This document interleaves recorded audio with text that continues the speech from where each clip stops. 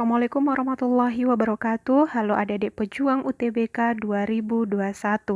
Nah, kembali lagi dengan kami di Belajar Bersama Lisvika. Di video kali ini kami akan kembali memberikan updatean terkait perkembangan FR gambaran umum untuk UTBK 2021 di hari kedua, tepatnya tanggal 13 April 2021.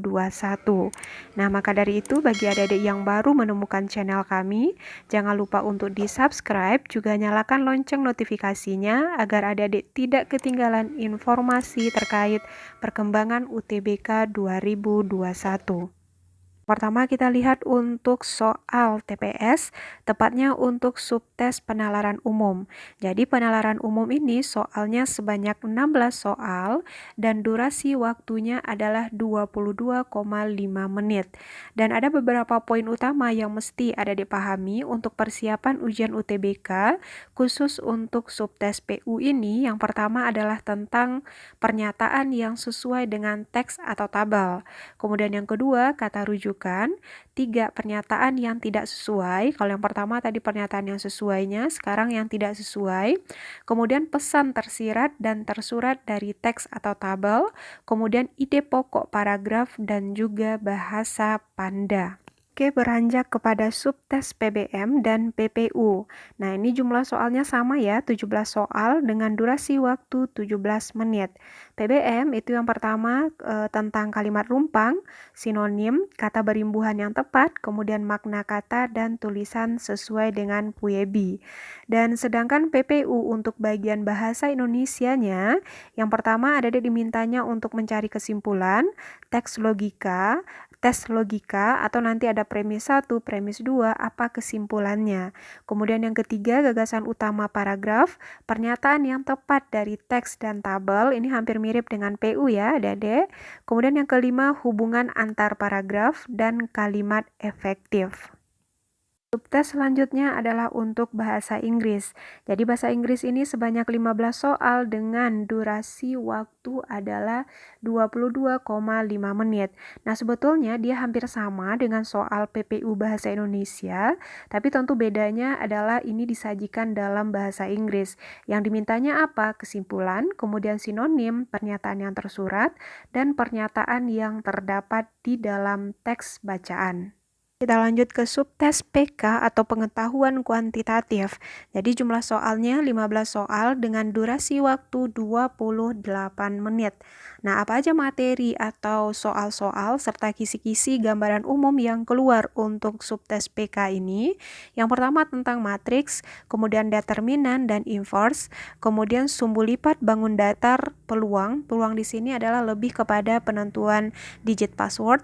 Nah, ini sama persis ya dengan soal UTBK tahun kemarin. Nah, ini berdasarkan gambaran umum yang kami dapatkan. Kemudian tentang min, median, modus, persamaan akar, logaritma, kemudian sudut dan eksponen, himpunan, serta pernyataan yang benar jika disajikan dua buah persamaan.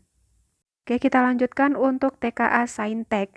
Nah, jadi ini merupakan tambahan dari video yang sudah kami upload sebelumnya, di mana untuk kimia ada tambahannya yaitu seputar penyetaraan setengah reaksi, kemudian sel volta, persamaan reaksi, dan biologi ada tambahannya seputar animalia, penyakit diabetes, dan hukum Mendel.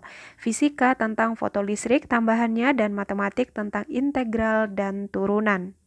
Selanjutnya untuk sosum. Subtes sosiologi yang ditanyakan adalah interaksi sosial, perilaku menyimpang dan pengendalian sosial, struktur mobilitas kelompok dan perubahan sosial.